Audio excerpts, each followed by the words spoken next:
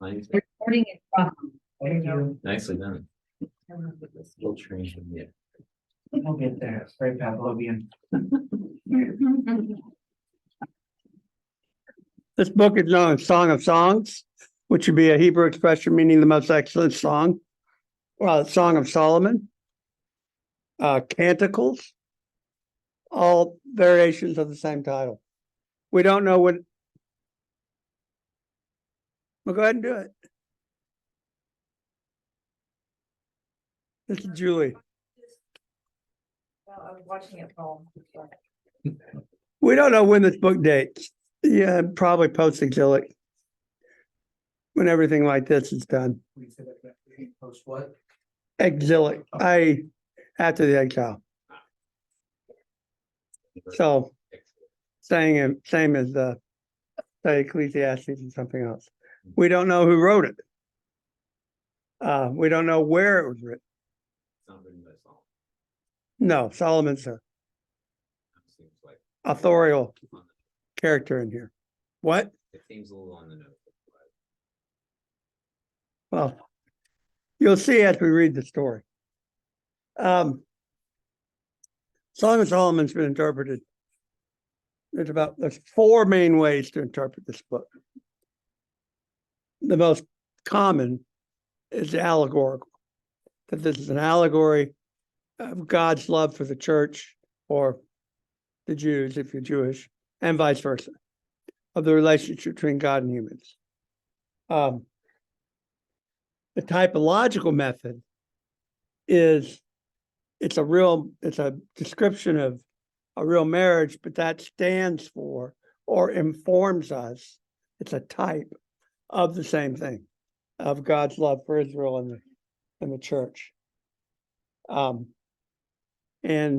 that's usually found in Christian circles. And so Solomon's love for the Shulamite woman is a type of Jesus' love for the church. And then there's modern stuff. It's a mythological interpretation. This is adaptation of ancient fertility myths. This book, it's really short, but there's a commentary by Marvin Pope that's that thick. And he takes that approach. I mean, it's just how you can write that much on such a little book. Yeah. And then most Protestants go with the literal method, because this is a celebration of human sexual love and nothing more. I do not take that approach. I used to, but then when I read it, God forbid, I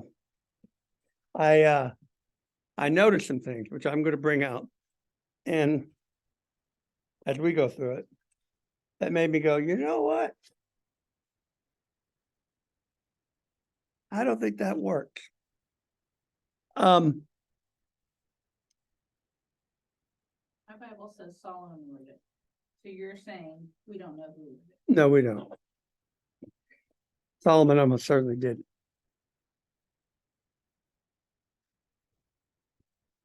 No, right? Look at verse 1. Why don't you read that for me, Josh? Song of Songs, which is Solomon. Well, that's why. People, what you have is, you see that little letter right there that I've got highlighted? That's a preposition in Hebrew, and it means two.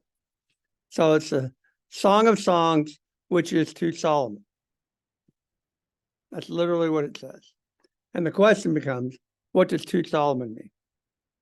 Does it belong to Solomon because he wrote it? One interpretation. Does it belong to Solomon because it's written about him? That'd be another interpretation. I see it more as an allegory, so that Solomon's kind of a play. He's a foil, much like we saw in Ecclesiastes. Oh, there it is. It's red, but apparently it's not square, so it's not yours. Take it and throw it away. Okay. I am tired of Yeah. sifting through my. Fair enough. Oh, and I'm sorry, I don't know what happened to yours.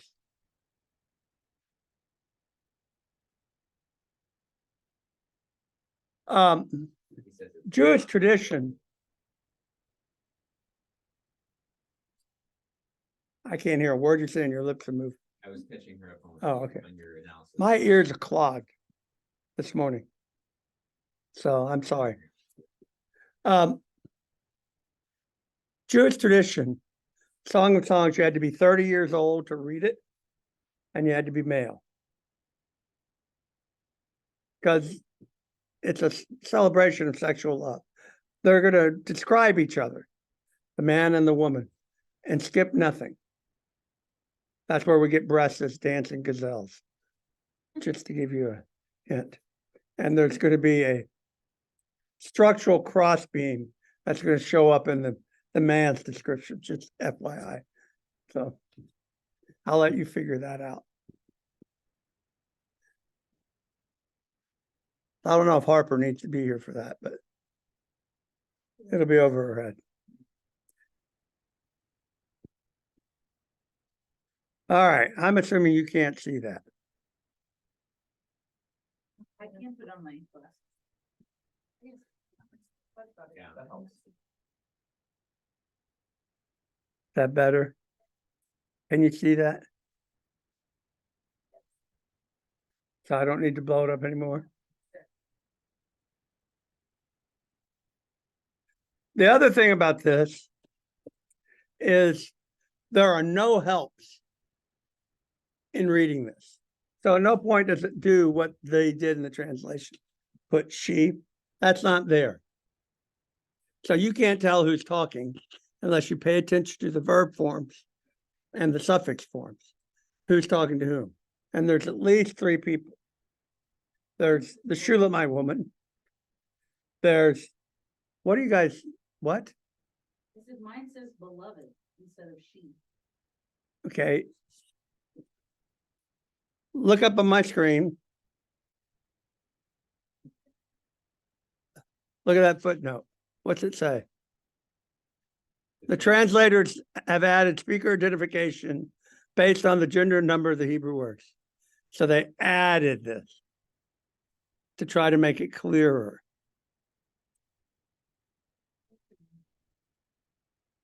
What is she saying? I can't hear you. That's what her says as well. Oh, they just did beloved. Have that long. But, see that thing? There's a really big footnote. It's long. Okay, fine. It's not there. So it reads funnily. And again, going over who's in it. The Shulamite woman, Solomon, her lover. And the question is, are the lover and the Solomon the same person? And then there's a chorus. So there's four voices in here. And Whatever, what is that? Where are they? that's a place. I don't know where Shulam is. All right. We don't know who she is. She hasn't been stated. It's just, it opens up with, let him kiss me with the kisses of his mouth. This is how this starts. For your love is better than wine. This is that switching. The your is masculine singular. So it's addressed to a guy. We're going to assume it's a woman speaking. We can let the trends and the LBQT people do what they want with it. He goes on. Your anointing oils are fragrant. It's, oh, the scent of your anointing oils are good. The anointing oils poured out. Your name. Your name is anointing oils poured out, is what he's saying. Therefore, women of marriageable age love you. That's an awkward translation. They did virgins. It doesn't mean virgins. It means a young woman of marriageable age who may or may not be a virgin. Usually is, but just so that. So this is how it opens up. Okay. Now, tell you ahead of time that I'm taking the allegorical approach. This is in light of my reading of Proverbs and of well, everything we've done so far. That the wisdom movement of Israel. Look, when people write about Proverbs, Job and stuff, they tend to do it as like Israel's form of philosophy. It's very dry. It's, hear this. Semitic wisdom is practical. You'll hear that phrase a lot. But they don't key in on the verses that we did, which is experience of the holy ones is understanding. We saw that in Proverbs. Or the Job verse. My ears had heard of you, now my eyes sees you. That experiential thing. That the wisdom movement is big on experience. And I think this is the climax of that. You've got to have a personal encounter with the spirit, with God. I won't use the word spirit. And you have to pursue it. So we'll see how that goes. Well, now they're saying this is the chorus. I don't like that. I mean, it may or may not be. I just assume we make our own mind up. In fact, I might switch to the net just for that reason. Mine says friends instead of others. All right, verse 4. What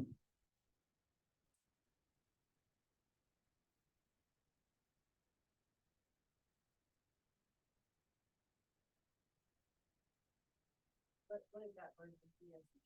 I cannot hear you. What is she saying? She's asking what ESV stood for. English Standard Version. It's the standard Protestant version now. It used to be like the NIV was. It's newer, that's all. But it's new international versions right in the name. Yeah, except that was in the 80s. It's still new to me. So who was reading? Nikki was. I can. Verse 4. First word, take me away with you. Let's hurry. What version are you reading? Hurry. Probably an Draw me after you. Let us run. The king has brought me into his chamber. Now let's pause. Who do we think the king is? Oh. Solomon. The king is Solomon. So Solomon has brought me into his chamber. We will exalt and rejoice in you. We will extol your love more than wine. Rightly do they love you. All right, so this is her friends celebrating with her. You've been married, you're taken into the chamber. So the marriage has been consummated.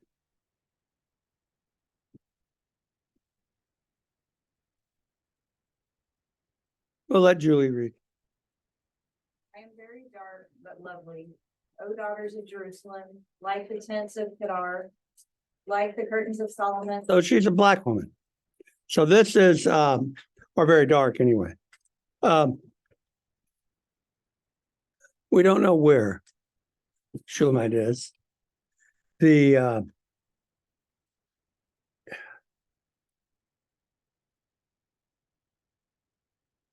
I'm trying to think of something and it's slipping my mind. Never mind. Anyway, but she's gorgeous. All right, go ahead.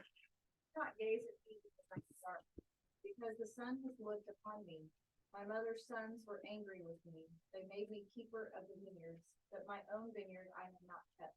That's an interesting expression. We'll come back to that. Maybe they're just very tan. I cannot hear you. Maybe they're just very tan. She says she's out in the. I know, that's what's interesting about this.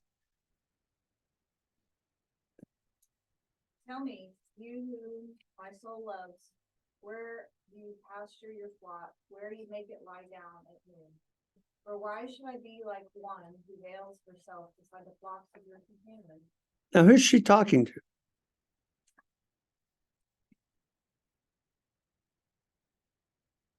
Things that make you go,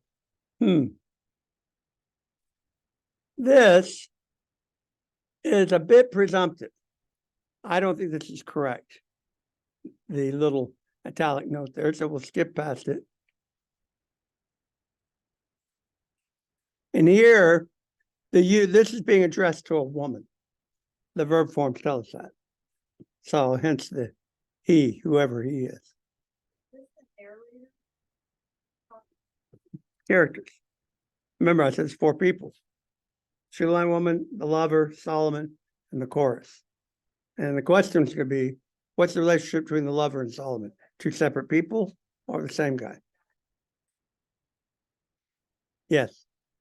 If you do not know, O most beautiful among women, follow in the tracks of the flock and pasture your young goats beside the shepherd's tent. I compare you, my love, to a mare among Pharaoh's chariots. I wonder how that would work today.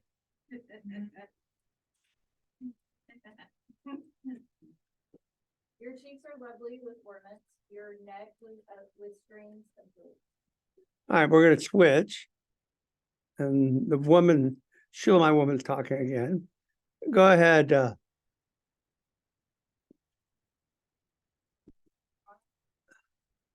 Mrs. Pratt.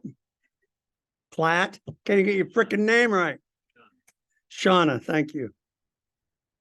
Okay, so 111, we will make for you ornaments of gold studded with silver. Now,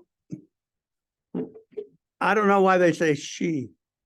The we will make, you can't tell the gender of that because it's common in Hebrew. The for you, it's feminine. We will make for you ornaments of silver. That's what he tells us here. So I don't know why they say she here. Mine are all different. What? The little section headings are all.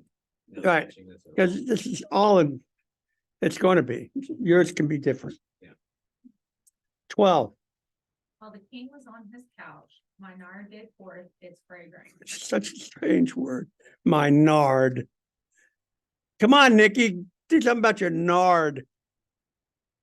I'm gonna need you to explain what that is. Nard just means perfume.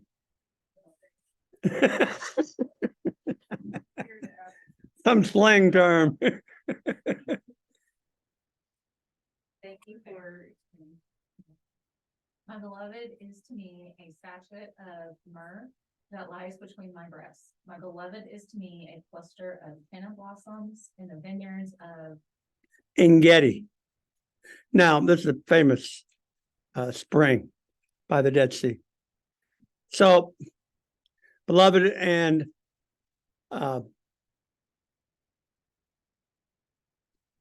beloved. Okay. So addressing the lover, whoever he is.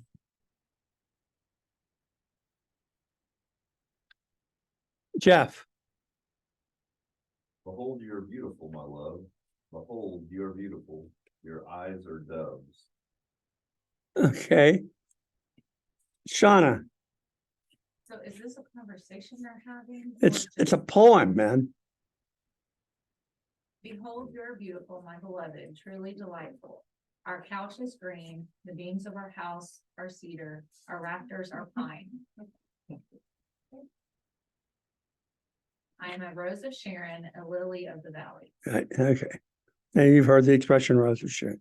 Sharon's actually a swamp on the coast of Israel, but being swampy, it had pretty flowers in it. So, Jeff.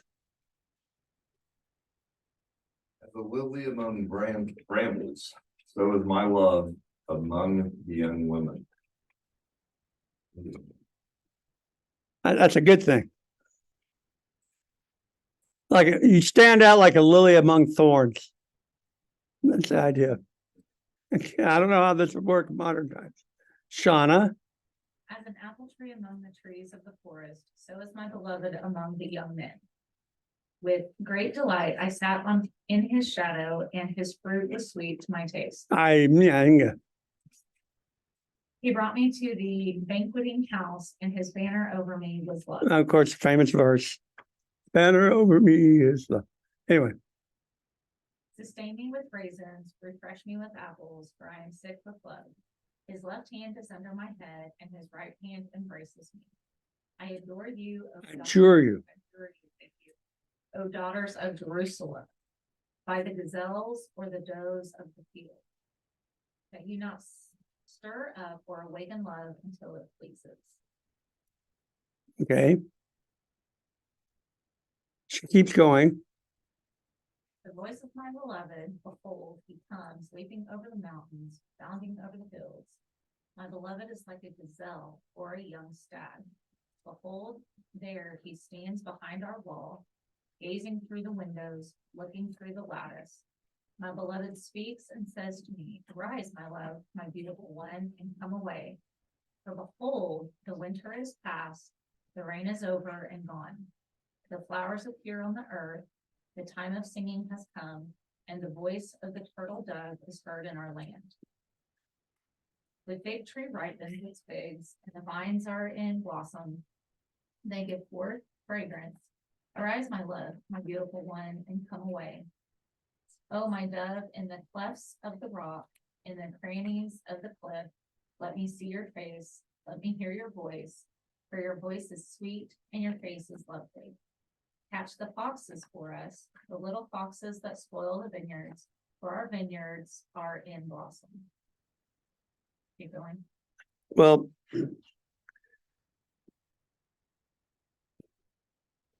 does this sound like, this looks like somebody from the outside trying to come in, standing behind the fence and crying out. So as a husband, Solomon, it doesn't seem to make sense to me. We'll see. Well, we switched to the woman here, and they didn't give us any warning. But go ahead. My beloved is mine and I am his. He grazes among the lilies until the day Breathes. breathes and the shadows flee. Turn, my beloved, be like a gazelle or a young stag on cleft mountains. Okay. So climb the hills for me. And we'll pass it back to you feel like being like a woman in the Bible? Read for us. On my bed by night, I sought him whom my soul loves. I sought him, but found him not. I will rise now and go about the city, in the streets and in the square. I will seek him whom my soul loves. This is where it gets funky. If it's a husband, why is she having to look for him in the streets? So I go, I sought him, but found him not. The watchmen found me as they went about in the city. Have you seen him whom my soul loves? Scarcely I had passed them when I found him whom my soul loves. I held him and would not let him go until I had brought him into my mother's house and into the chamber of her who conceived me. I adjure you, O daughters of Jerusalem, by the gazelles or the does of the field, that you not stir up or awaken love until it sleeps. I want to see what the net does with that verse.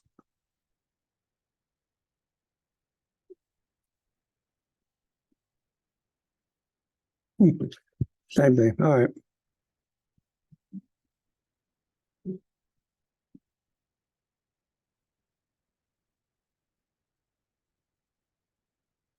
All right.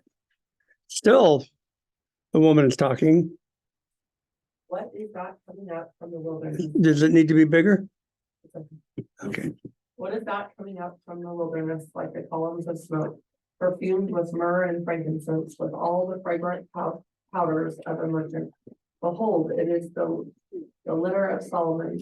Around it are 60 mighty men, some of the mighty men of Israel, all of them wearing swords and expert in war, each with his sword side against terror by night. Now, if she's with her lover and this happens, that reads very differently than if the lover is Solomon.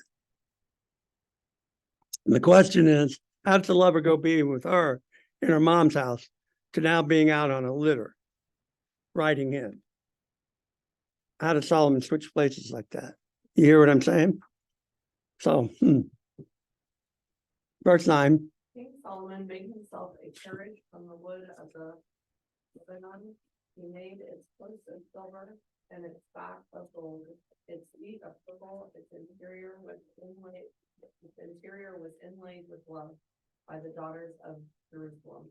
Go out, O daughters of Zion, and look upon King Solomon with a crown with which his mother crowned him on the day of his wedding, on the day of the gladness of his heart.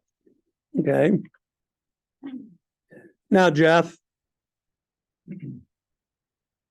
Behold, you are beautiful, my love. Behold, you are beautiful. Your eyes are doves behind your veil. now, by the way, they say this, but we don't know that. We don't know who's talking other than it's male. We do not know that it's Solomon on the litter. It's just a male is talking.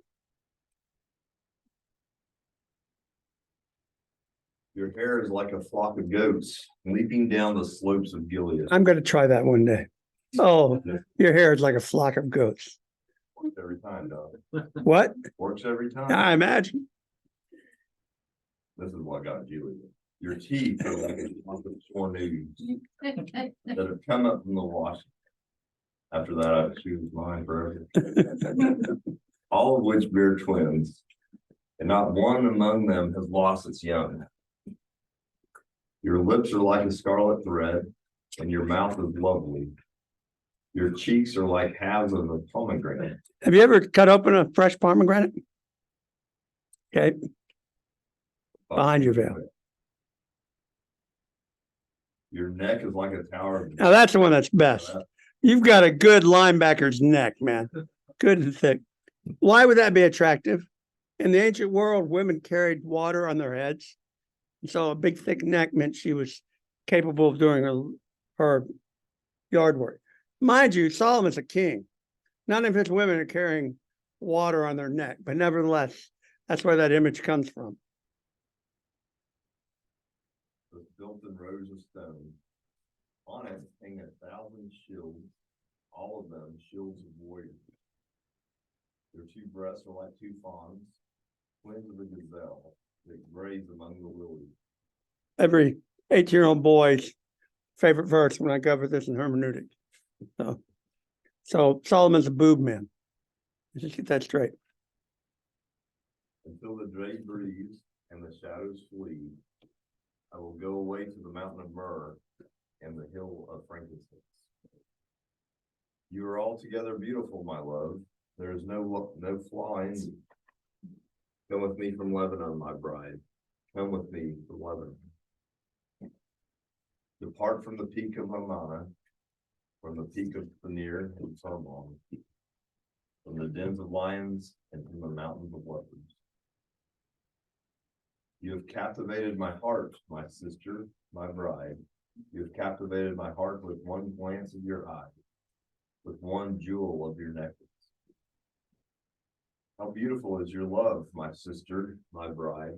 How much better is your love than wine, and the fragrance of your oils than any spice. Your lips drip nectar, my bride. Honey and milk are under your tongue. The fragrance of your garments is like the fragrance of Lebanon. A garden locked with my sister, my bride. A spring locked, a fountain sealed. Your shoots are an orchid of pomegranates, with all choicest fruits, henna with nard. Nard and saffron, calamus and cinnamon, with all trees of frankincense. Myrrh and aloes, with all your choice spices. A garden fountain, a well of living water, and flowing streams from Lebanon. Okay. Now we're going back to a woman. You were doing that before, so Let me keep going. please. Awake, O north wind, and come, O south wind, blow upon my garden, let its flushes flow. Let my beloved come to his garden and eat its choicest fruit. This, you had to be 30 to read this. Somebody else, but anyway, Josh. Came to my garden, my sister, my bride. I gathered my myrrh with my spices.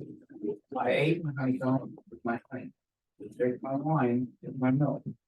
Eat, friends, drink, and be drunk with love. Now we need a woman again. All right, Nancy, we'll let you play. I sleep, but my heart is awake. a sound, my beloved is knocking, open to me, my sister, my love, my dove, my perfect one, for my head is wet with dew, my locks with drops of the night. I put off my garment. How could I put it on? I have bathed my feet. How could I soil them? My beloved put his hand to the latch, and my heart was thrilled within me. I arose to open my beloved, and my hands dripped with myrrh, my fingers with liquid myrrh on the handles of the book. Now, Yeah. as odd as that image is, it can't help but be a little erotic. All right. Huh. I opened to my beloved, but my beloved had turned and gone. My soul failed me when he spoke. I sought him, but found him not. I called him, but he gave no answer. The watchmen found me as they went in the city. They beat me, they bruised me. Now, see, this is where the lover being Solomon doesn't make sense to me. Because why would the watchman beat her up for being outside the thing? Especially, now if Solomon was there, he would have control of it. The thing doesn't make sense. That's all. But with the lover being an extra guy, it does. We've run up to the limit of my bladder and my Lasix. I'm sorry. I'll be right back. No problem. Can you think about while you're gone why this is important? Yes, I will. It's one of the more important books. Oh, I'm anxious to hear.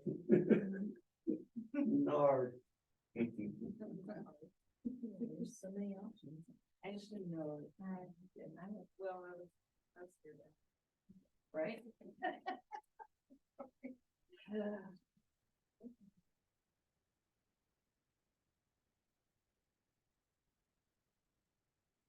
Feels like up with this. Let's goodbye. Oh, off. Or maybe it's not off, you know that thing that sounds Yeah. like this.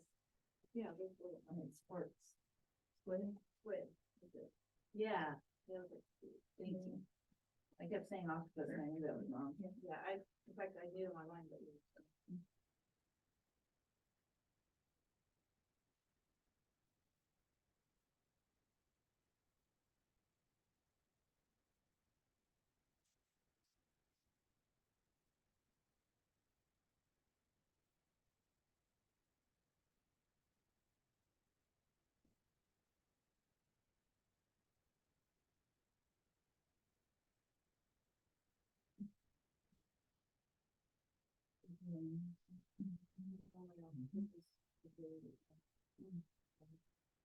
They scored the winning.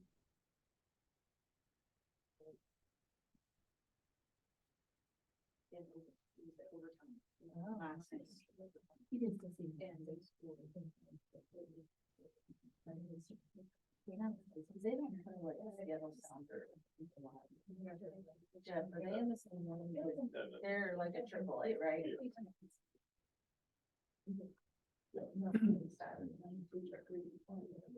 What the heck? All right, let me address Nick's questions now. So, besides the fact that it's in the Bible, the question you're really asking, why in God's name is it in the Bible? That's right. And if it's a celebration of human sexual love, okay, but do we need the detail? Because it's going to go into more detail when they describe each other a little bit more. But let's say the people that have read it as allegory are right.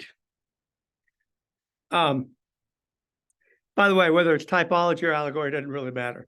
The difference is typology, it's a real wedding song of Solomon for his bride. I don't think that works because I don't think the lover and Solomon are the same. So I'll just give you my interpretation. This book is encouraging the reader to pursue a level of intimacy with God that surpasses that of a man with his wife. Okay. You have to be extremely intimate with God. That's what you want to pursue. I had heard about you with the ear, but now my eye sees you. Experience of the holy ones is understanding, to use Job and Proverbs are the same idea. You want to experience God, and it should cost you. You should be willing to pay everything.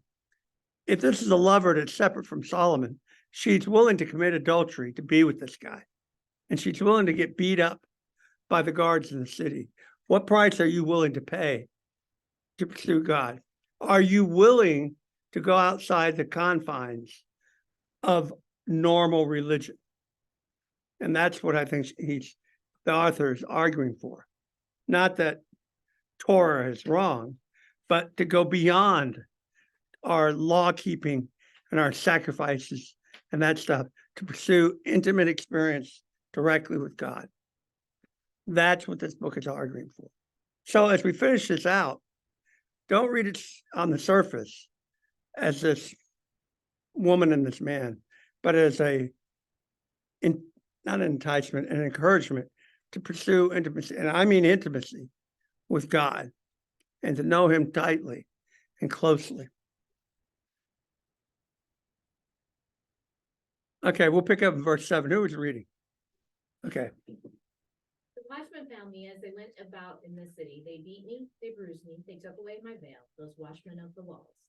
I adjure you, O daughters of Jerusalem, if you find my beloved, that you tell him, I am sick with love. Now, this is the chorus speaking. So, Shauna. What is your beloved more than another beloved? Oh, most beautiful among women, what is your beloved more than another beloved, that you thus adjure us? So notice, if this allegorical reading is right, it's not even being limited to the woman in the poem. It's an encouragement to all of us to pursue this. Why would I want to pursue this? What is your beloved more than any other? And that's what she's going to tell us. This is why you do it.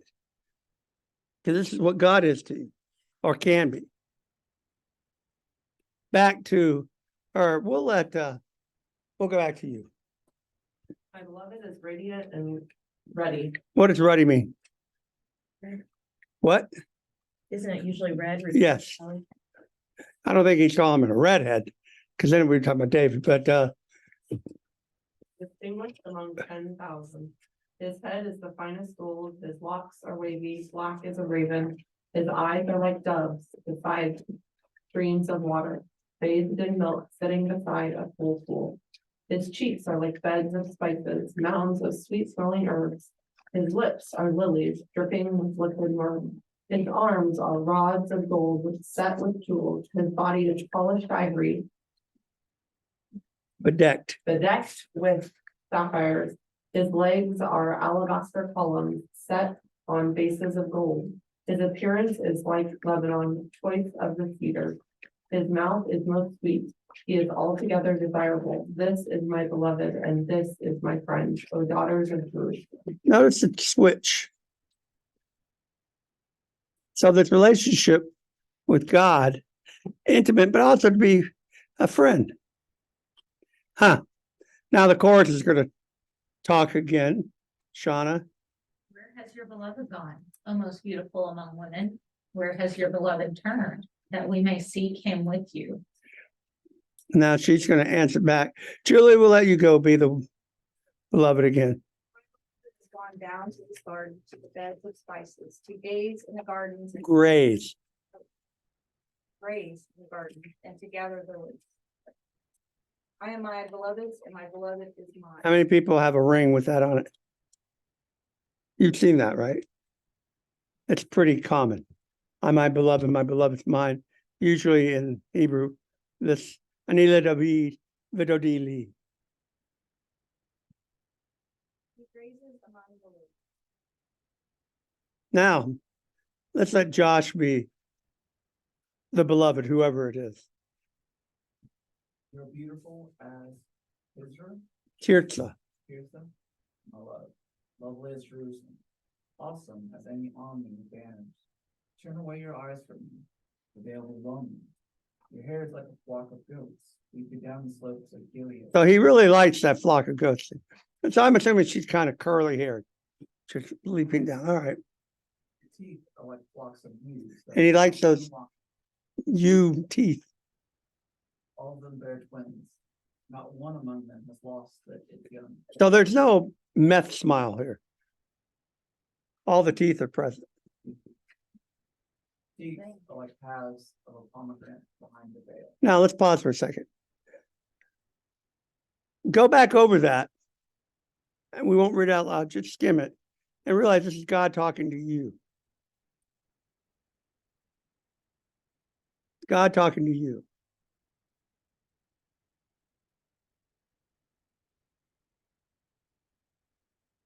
You're perfect.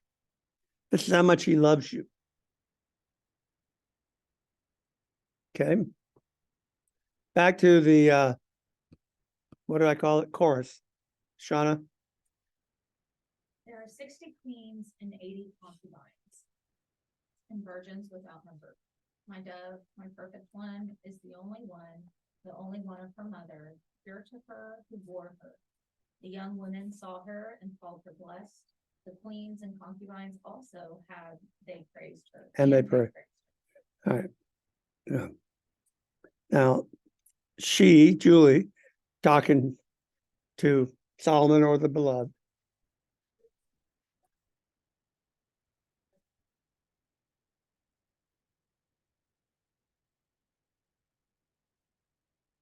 Down to the net orchard, to look at the blossoms of the valley, to see whether the vines had budded, whether the pomegranates were in bloom.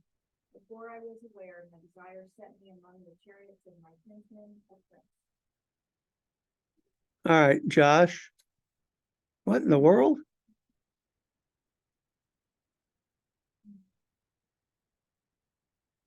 Read. Return. Oshulamite. Again, here's God's talking to you. Return, that we may look upon you. Why should you look upon the Shulamite as upon a dance before Chiwani? How beautiful are your feet and sandals, O noble daughter. Your rounded thighs are like jewels, the work of a master's hand. Your navel is a rounded bowl that never lacks mixed wine. Your belly is a heap of wheat and circled with lilies. Your breasts are like two fawns, twins of a gazelle. Your neck is like an ivory tower. Your eyes are pools of Heshbon by the gate of Bath-Rabbim. Your nose is like a tower of Lebanon, which looks towards Damascus.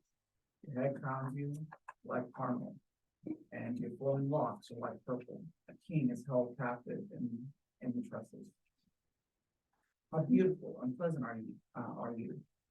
You are, loved one, with all your delights. Your stature is like a palm tree, and your breasts are like its clusters. I say I will climb the palm tree and lay hold of its fruit. May your breasts be like the clusters of the vine, and the scent of your breath like apples.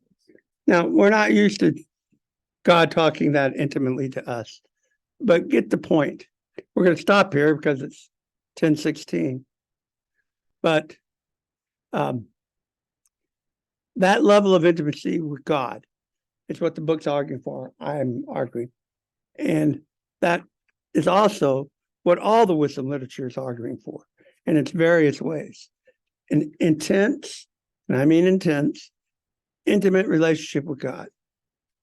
All right, somebody write down that we are in 7:9. Unfortunately, it's only like chapter 2 left, but we'll figure. Now, I'm not going to be here next week, nor the week after. We're taking Stephanie to stop.